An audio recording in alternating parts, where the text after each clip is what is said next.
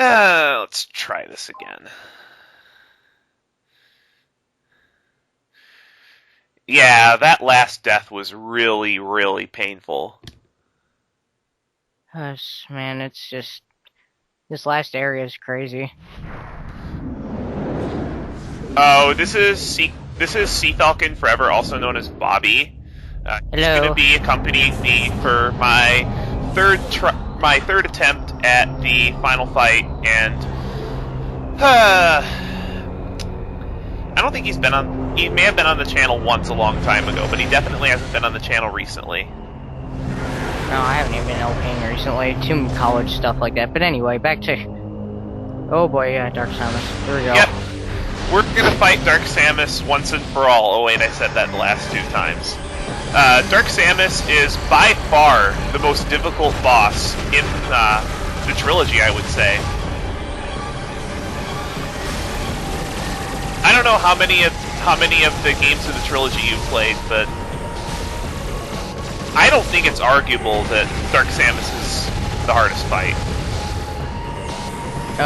This one specifically? This particular fight, out of all boss fights in the whole trilogy, I think is the toughest. This is pretty close for me. I actually had more trouble with the Dark Samus in 2 than 3 for some reason, but...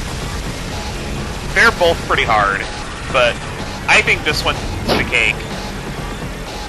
Now, this fight may look pretty easy so far, but once you get her down to a certain amount of health, she'll start absorbing Phazon from the core phase to restore her health, and you need to interrupt her very quickly or she will undo all of your hard work. Oh right, this is Hypermode. Right, so she can get all of her health back. Not all of her health, but she can get a lot of her health back. Oh. And even now, this fight's pretty easy, but believe me, she'll make it a lot harder. Oh yeah, I got to this fight the first time and just got... Well, even on normal, first time I got there, I just got murdered. Oh boy, the doppelganger. Yeah, Dark Echoes. Each of these Dark Echoes has their own attacks and will attack independently. There are a couple of ways to tell them apart, though. The real Dark Samus will use attacks that only she can use, and also if you go into X-ray visor, you can tell which one is real. When she uses this dual beam attack, that's your cue to go into Morph Ball and start Hyperballing both of them. You can get quite a bit of damage in. Also, when she has Dark Echoes, all 3 of them will absorb Phazon, and it can get pretty annoying at the amount of health she recovers when you hit the correct one last. And it happens more often than you would think. Does she even have that ability in normal mode? I don't remember. I never played normal mode. Because I don't think she could even recover her health in normal mode. I think she had a completely different, separate... I mean, I remember the doppelganger, but... Well, she also has 2 doppelgangers on Veteran and Hyper mode, apparently.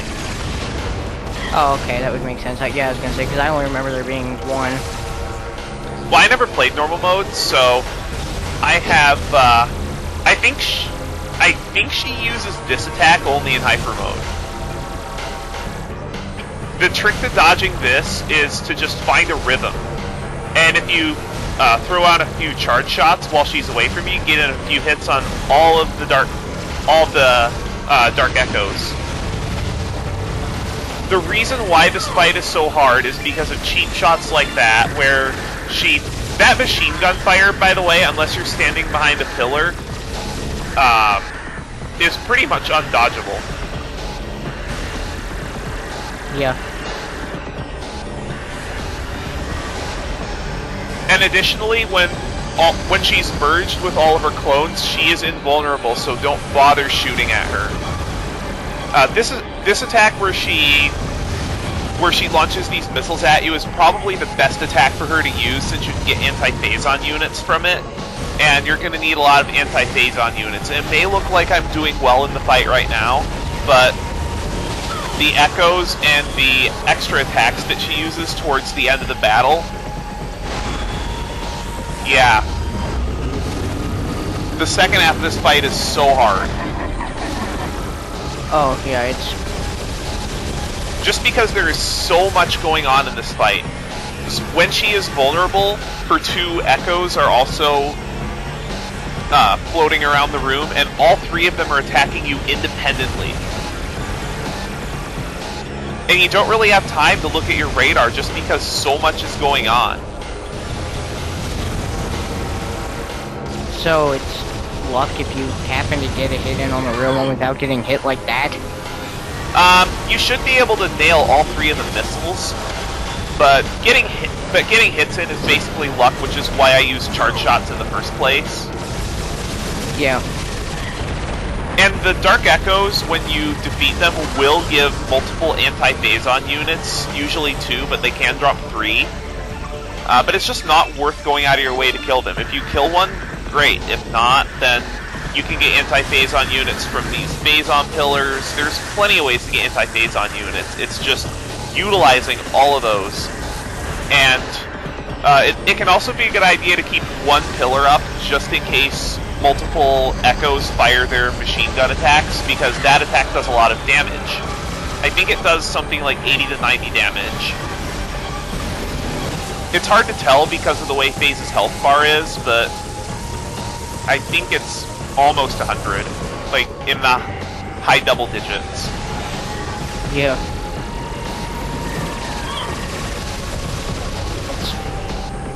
Painful. And I'm making this look a lot easier than it really is, because, well, the difficulty jump on this fight between Veteran and Hyper is just unreal. I mean, I just absolutely annihilated Dark Samus on Veteran mode, but oh, that attack's cheap too if you can't see it coming, and oftentimes you won't be able to because she's not right in front of you like that when she fires it.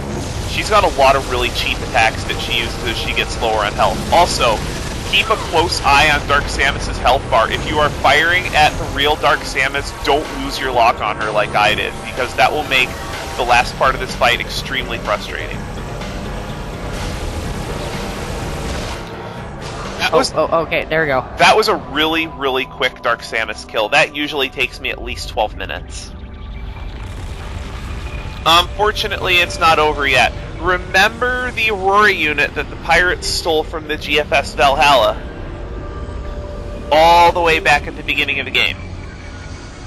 And now it's suddenly relevant. Yep, we gotta fight 313, and fighting 313 is not fun because of the way this fight works. Oh, yeah. 313 herself isn't actually, or him, sorry. You can actually tell 313's gender from the cutscene in the Valhalla. This attack is the only real threat in this phase of the battle, but you need to dodge it because it does a lot of damage. The reason why this fight is so tedious is not only because of how you deal damage to the Aurora unit, but you also have to, the goal of this fight is to get your phazon bar back down to empty. Oh, that's how you do this on Hyper? Yes. On Hyper mode, what you have to do is you have to get your phazon bar down to empty by the time you get the Aurora unit down to half health. Because the Aurora unit starts using very dangerous attacks at half health, and your opportunities for getting anti-phazon units are greatly reduced. See these Dark Echoes that he's sending out? Those will drop 2 to 3 anti-phazon units apiece every time you nail one of the phazon tentacles that makes Aurora unit vulnerable. It drops an anti-phazon unit, and I think he's got one other attack that drops anti-phazon units. So it's very easy to get your phazon gauge down to virtually empty. I remember I beat this, I beat the Dark Samus fight and thought it was over, and then this happened. My phazon was I was almost dead. Well, you can enter this fight at almost dead, and it won't make a difference because I know you can get a lot of anti-phazon. Well, I know it was my first time playing this, so and then I didn't get the things, but I actually killed this and kept my health about the same, and then I got to the final phase and almost died instantly. Yeah. Because I thought this was it for some reason. Yeah, this was actually kind of this was what's the word for it? Retro trying to fool people that had beaten the first two games because Metroid Prime and Metroid Prime 2 had 2 final bosses, whereas this one has 3. Right. This is the easiest of the 3, but it's definitely the most tedious fight, just because of what you have to do to make the Aurora Unit vulnerable. That's what you have to do. You have to shoot those things that are out in like a split second, because with the amount of armor that the Aurora Unit has, just shooting the Phazon tentacles out and then shooting the vulnerable spot there is going to make this fight take way too long. Also, the timer for stun on Hypermode has been reduced by quite a bit, so you need to get over to her quickly, and it's entirely possible that you will miss an opportunity to do damage. I'm actually not sure whether using hyper missiles or using just spamming the hyper beams, normal shots, does more damage. But generally, what you want to do is unload a charge shot and then start spamming. Yeah. I don't know. I prefer just spamming the regular hyper beam, but can you tell the difference in how much health the Aurora Unit has yet? Kinda, not really, but... Cause that, first volley, that was a pretty good volley. Yeah, I think you knocked out like a fourth of its health. No, not even a fourth. More like a fifth or even a sixth. Oh, I can't... It looks like about a fifth to me. Okay, a fifth, alright, that's fair enough. I'm just guessing off looks, but yeah, it's... When you've been playing the game this long, because I've beaten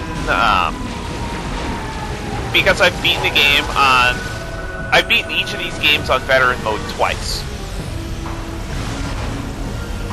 And then I've beaten Hypermode on number 1 and number 2. Number 1, I've beaten Hypermode twice. You know, something just occurred to me. I mean, imagine trying to do this with the GameCube controls. Yeah. This would be ridiculous. This is why the Wii motion thing for this is awesome. Well, every single boss in this game was designed with the Wii controls in mind. Right. It'd be almost impossible to do a GameCube. It's too much movement. Well, because you have to constantly be in motion. Now look at how much I've gotten the Phazon bar down in like 5 minutes. Yeah, if I didn't know any better, I'd say you'd be good to go to try to finish the thing off. But I know better. Well, you also have to remember that this is Hypermode difficulty, and on Hypermode difficulty, once you get the Aurora Unit down to 50% health, he will gain a new attack. And I believe that attack is only for Hypermode. Yeah, I think this is all it does in the other modes. There are also a couple of other changes to this whole fight for Hypermode. Did you see any attacks other than the blender in the Dark Samus phase that weren't on normal mode? I don't remember.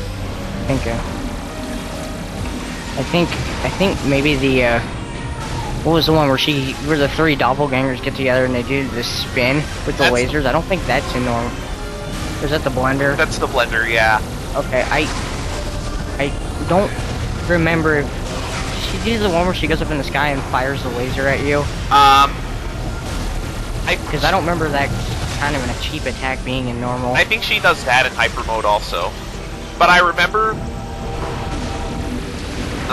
yeah, the blender attack is definitely only on Hypermode. Oh, I don't remember if she refills her health in normal. I mean, I think so, but no, she definitely does. Never mind. I think the blender probably is the only one that's different. Another thing that can be kind of cheap about this. Oh, that was a good hit. Another thing that can be kind of cheap about this fight, and the only time you should really get hit by the laser, is when it spawns right on top of you, and if it spawns right on top of you, there's nothing you can do about it. Now, on this volley, you want to get the Aurora Unit fairly close to half health, but not all the way. Like, right there, that was perfect.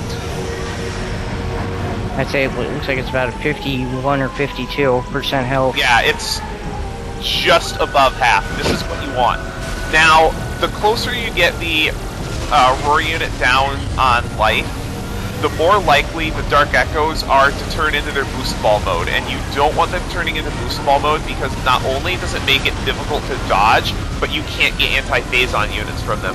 I believe this attack is only used in hyper mode as well. The boost ball? Yeah. No.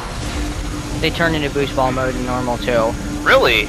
I remember getting run over by it a lot. Maybe they're just more likely to turn boost ball in hyper mode? Or they're just... Or maybe he does it at a lower threshold? Well, I think in normal it doesn't happen as often, but... Or maybe they don't start doing it until the health's lower or something, I don't remember. Because I know in hyper mode, it's the chances of them turning into it after one cycle are basically proportional to the amount of health it's missing. So, towards the end of the fight, if you leave the Aurora Unit with a sliver of health, that's very bad, because you only have one cycle to nail all of the Dark Echoes, and you will not be able to get all three of them. Most of the time, you'll be lucky to get two. Yeah, and the damage from them, it's not as dangerous as the Aurora Unit's other attacks, but you can get hit multiple times and it adds up really quick. You also have to remember that you're constantly taking damage from the atmosphere as well. Yeah, and I'm guessing on hyper mode that's a little bit faster than on normal. Yes, it is definitely faster. It might be a little hard for you to tell because when you fought the Aurora Unit, did you have everything? Yeah, yes I did. Oh, you did have everything, okay. Yeah. I had at least I had full energy tanks. If you can't tell from all the times I've said it, I don't really care for missiles in this game. Missiles felt useless after you got like 80. Do you feel the same way? Well, first time I played the game, admittedly I was a sucker and thought was a sucker and didn't really use the hyper mode as much as I kind of went with missiles, and after a while, yeah, I found them eventually to be useless. It took me a little bit of gameplay to realize that, though. That the game is really focused on you really abusing hyper mode, especially if you play on the higher difficulties. Have you tried playing on veteran at least? No, and actually since, I was playing through the original Prime, when I got back to playing Prime 3 again, I was going to try it on a bit higher difficulty, so... The thing is, though, I didn't play on normal, so I don't know if beating the game on normal unlocks hyper mode, but, I would probably say you have to beat the game on veteran to unlock hyper mode. Pretty sure I have hyper mode, but I'll look later or something, because I don't remember. I don't know how much of this you've gotten the chance to watch, but just hyper mode's really hard. No kidding, yeah. It makes me wonder if I actually want to try it, and then I'm like, oh, it can't hurt. I mean, well, just like try veteran. Veteran's not that bad. It's just hyper mode. There are a couple of early fights, like the Korak fight and the Moganar fight, are really hard. The defense drone fight's pretty hard. I guess that volley was alright, but it looks like it's gonna be, it looks like it might be 6 volleys, unless I can, what is it? Unless I can have a really good next volley, it looks like this is gonna, okay, this is the new attack. These drop anti-phazon units, but those red spheres have a gigantic blast radius, way bigger than you think. So if you shoot them even from a distance, you can still get hurt, but direct contact is obviously worse. It's a new attack. I swear she had something like that, or he had something like that before. Is it? Look at that phase-on bar. Empty. Wow. Yeah, I was able to get it all the way empty, and that's... The problem with those attacks is that if you get hit by one, you're going to get hit by the rest of them. Oh, that's nice. The reason they don't track you, but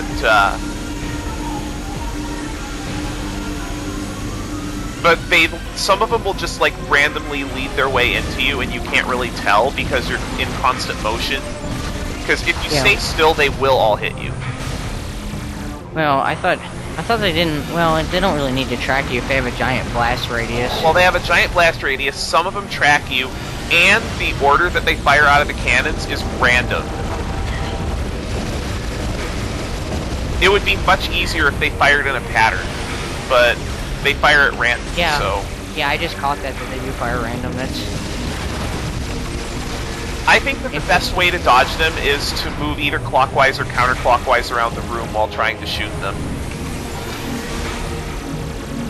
And what's going to happen is you're inevitably going to get hit by a couple of them, and that makes it extremely challenging to maintain your phase-on bar. This is the exact reason why I recommended keeping your phase-on bar, or emptying your phase-on bar before you do that third volley.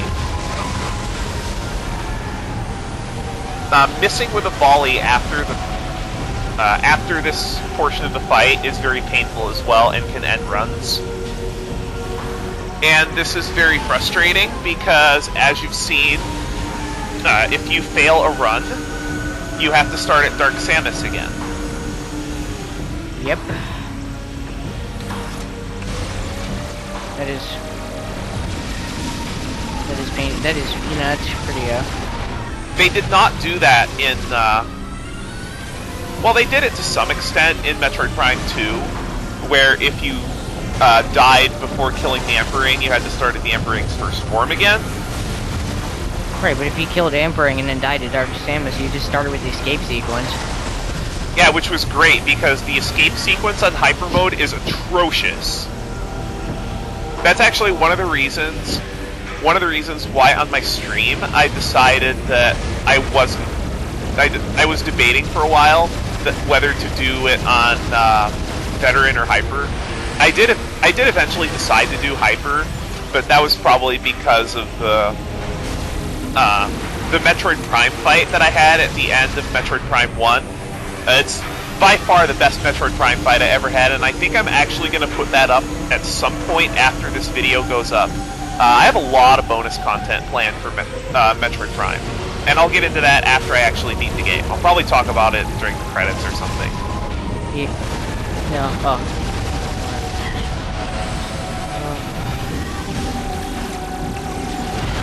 I don't know. I really don't have much to say, because at this point it's just trying to keep your phase-on meter down. Yeah. And then maybe eventually getting a volley in on this guy. This fight's a war of attrition. Another thing, that when you get the Aurora Unit stunned, missing a full stun like that can be painful, but if you get the Aurora Unit close enough to a full stun, you don't actually need to get normal stun on it, because you may be able to stun it from just the little bit of damage you get in through its armor. That's why, even though it only does a little bit of damage, I would just recommend shooting out that armor whenever you can. Right. Another note about this arena is it is not perfectly circular. It has some places where you can get caught in the wall, and if you don't realize it in time when you're trying to move clockwise along the room, you can wind up taking a lot of damage. You just move along, and then you get stuck in, and all the red things hit you or something. Yeah, and that does a lot of damage. You see how close I was there? Yeah, that was... Now, hopefully we can get a good volley in.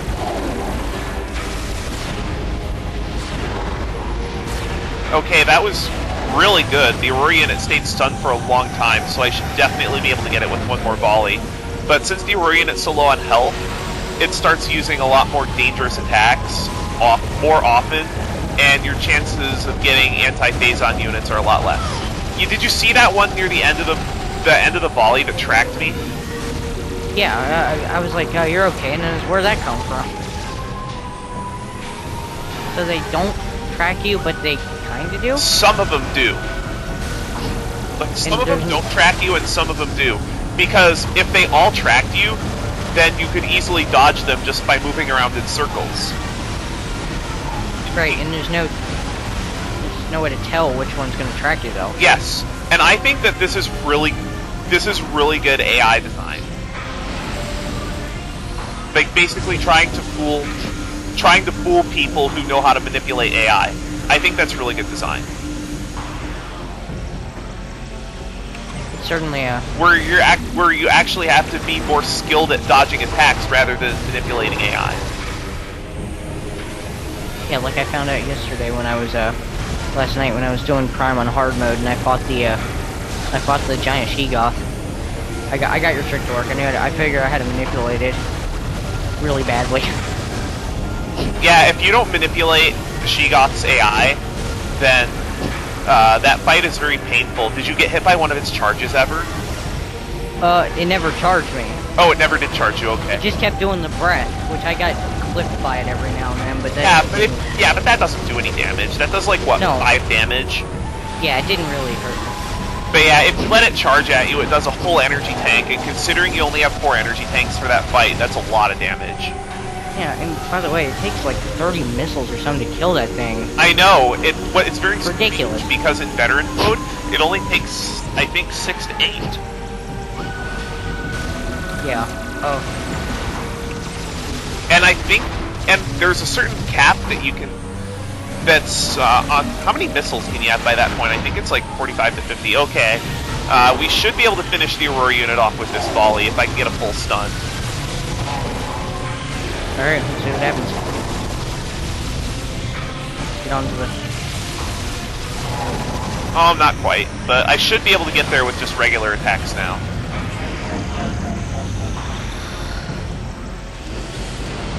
Man, I didn't realize it takes that much to stun the thing. Well, this is also Hypermode, so... Right, I remember being able to just stun it with just like one of those on... With like one charge shot? Well, not one charge shot, but... Usually, I think 2 did it. It really shows you how much more health the Aurora unit has. Yes, it does. It's also pretty evident in the Helios fight. Wait, was I really 1 shot away from...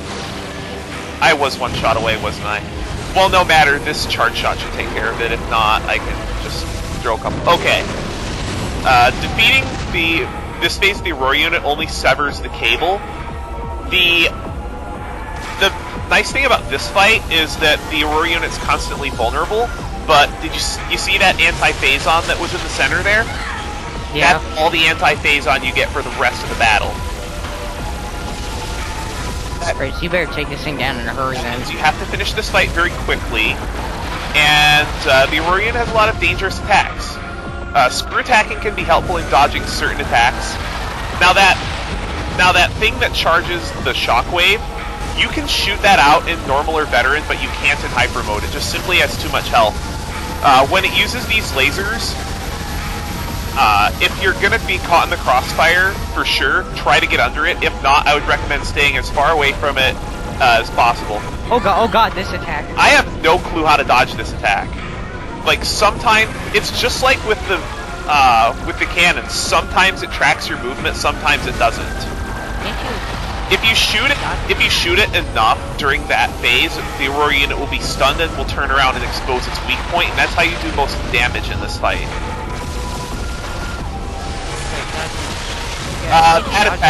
That attack with the blue sphere, that will stun it after it uses it a certain amount of times. In the early part of the fight, it's 1 time. But in the later part of the fight, it will use that multiple times before being stunned. Now, I think that the spider laser attack is it may be the most unfair attack that the Aurora unit head does. The spinning attack doesn't do that much damage, but the lasers, you're bound to get hit by multiple of them. Yeah, it's almost undodgeable. If you can tell, I'm being a little bit aggressive in trying to get behind it. And I think it was at this point in the fight that I realized I need to be a little bit more conservative, because I'm not going to make it if I keep fighting this way. I don't understand why people think trying to stay under the Aurora Unit's more effective for dodging that attack. I think it's just better to be far away so you can see what's going on, and when it comes towards you, try to move to the other side of the arena. Yeah, next to the spinning head, couldn't you theoretically just roll into Morph Ball and use Boost Ball to get away from it? That's not reliable. That's what I did. You can't see the Aurora Unit when you do that. And also there's the stun chance. If you get hit with enough shots while it does that, you can stun it and do a lot of damage. Remember, you have no way of recovering health, so you have to do this quickly.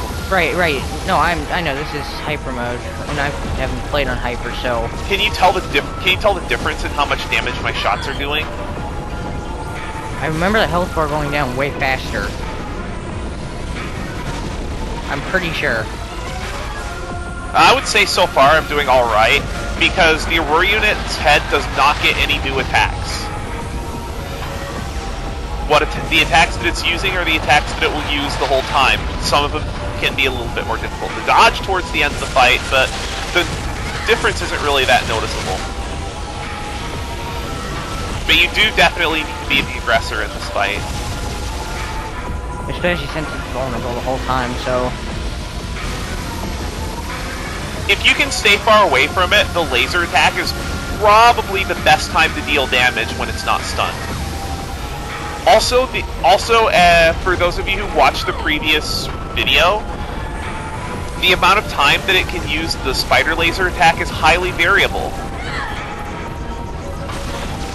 I almost did enough damage there, but not quite. Oh, this is gonna be close. Yeah, it's gonna be pretty close. This fight is typically close.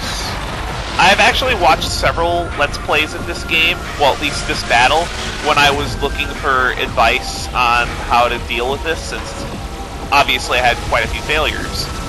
Yeah. And this was actually before I even started Let's Playing the game. I was watching other people, and every single Aurora Unit fight was close.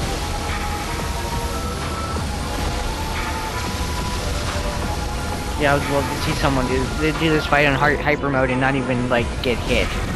I don't think it's possible, especially with the spider lasers like that. But actually, I think low percent does it. I think the low percent run has to beat this fight basically without getting hit. Well, yeah, because you don't have as much health then. Actually, low percent, you only have to get one energy tank. There's only one energy tank you have to get. Yeah, the game forces you to get one, because... Uh-oh. This isn't good. Now, if I can get, like, one more... If I can actually get a head stun here, that'd be great. Oh, I got it just at the last moment. Come on, go, go, go, go, go, go, go! Hurry! I never have to play this game again. Oh, thank God. Never again. I thought that was going to be a simultaneous death there for a second. That was actually kind of if I did get a simultaneous death, that would have been reminiscent of what happened in my Let's Play of Echoes. For those of you who remember that. Against Goose Guardian. Oh, yeah, that's... But yeah, we have beaten Metroid Prime 3 on Hyper Mode. This is the end of it. No escape sequence or anything. Just get to sit back and watch the ending now. Huh. And by destroying Dark Samus, the source of all Phazon, the PED suit kind of doesn't work anymore. But because the planet Phase is part of the source of Phazon, we need to get out. Okay, so she still did blow up a planet.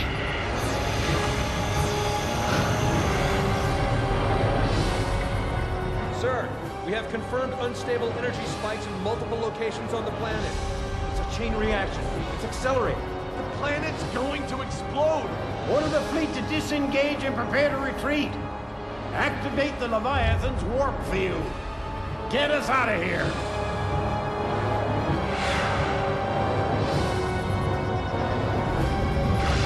It's just convenient that the Leviathan has just enough Phazon energy to open that wormhole up.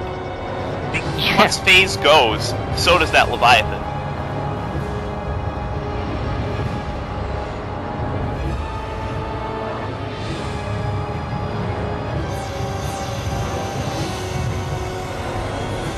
Well, bye, Samus.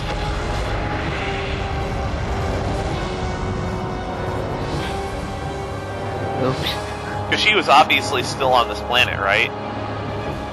Yeah, I think she probably should have gotten off it quicker or something.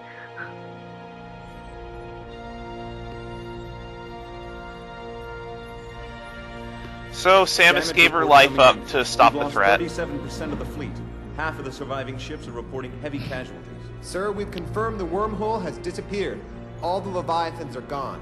The crisis is over. What about Samus? Negative, sir. No contact.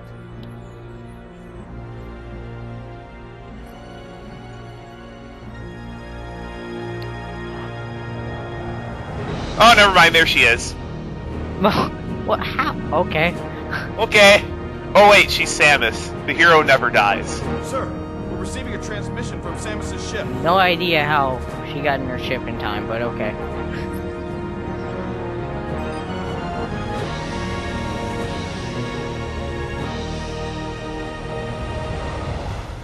Alright. And so that is the end of the Phazon saga.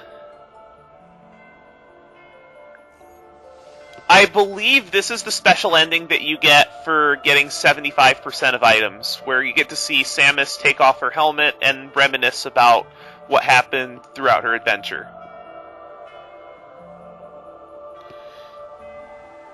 Yep.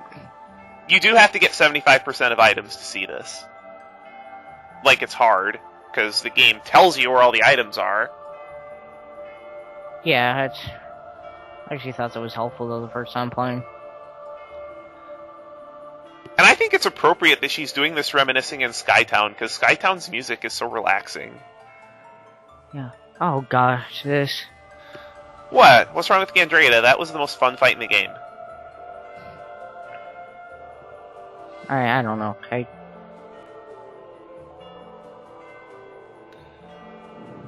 I guess you either like the fight or you hate the fight. I enjoyed it.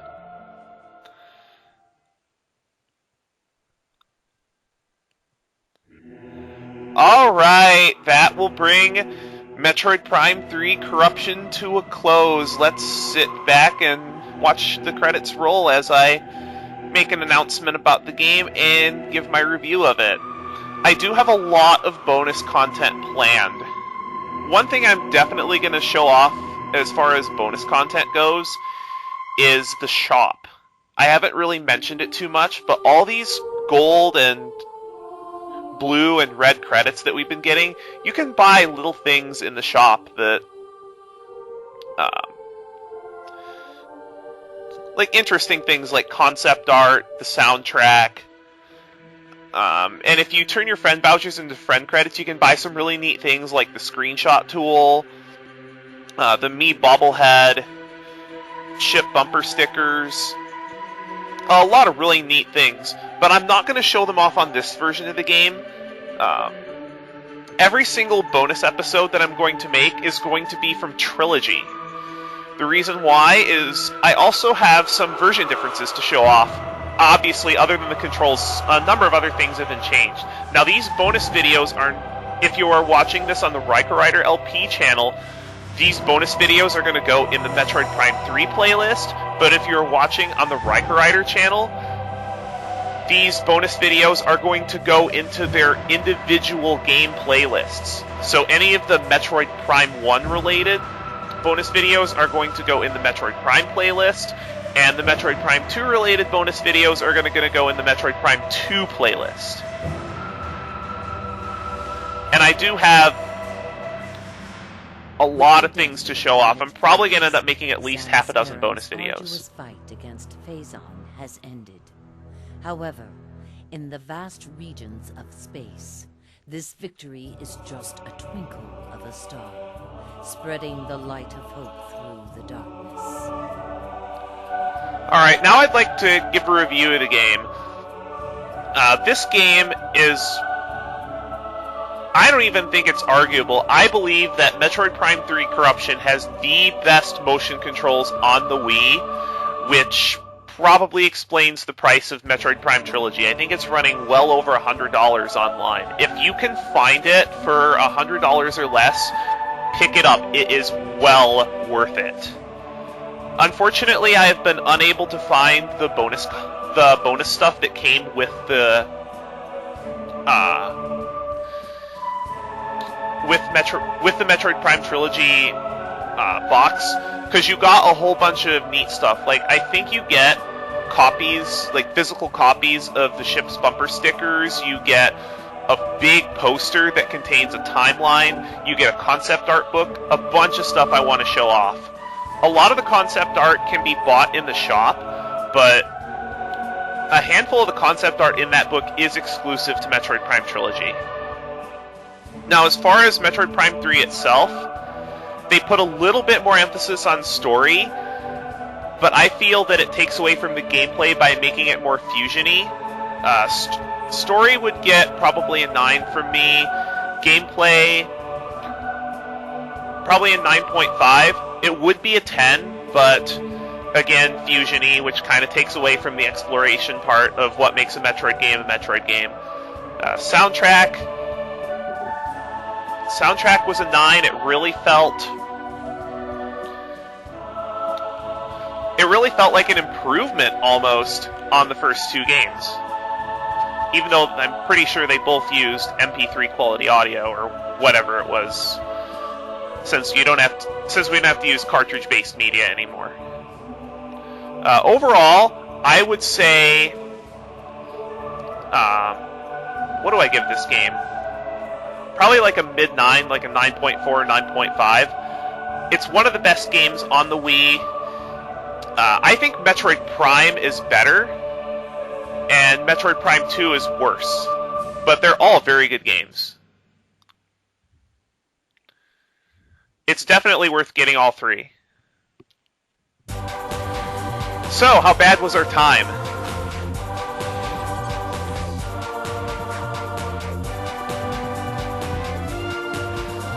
$12:28. I guess that's not bad for a Hypermode finish. It's better than my first Veteran Mode finish, which was something like 14 hours. Well, in any case, that'll wrap it up for Metroid Prime 3 Corruption and the trilogy, really, other than the bonus episodes, which aren't going to be for a while because I'm going to be taking some time off. We still do have the 100% clip, though. This is the 100% ending. There's not really a whole lot to it other than the usual.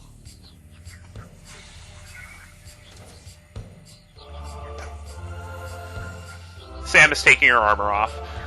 Your timer doesn't matter. The only thing that matters is 100% item collection.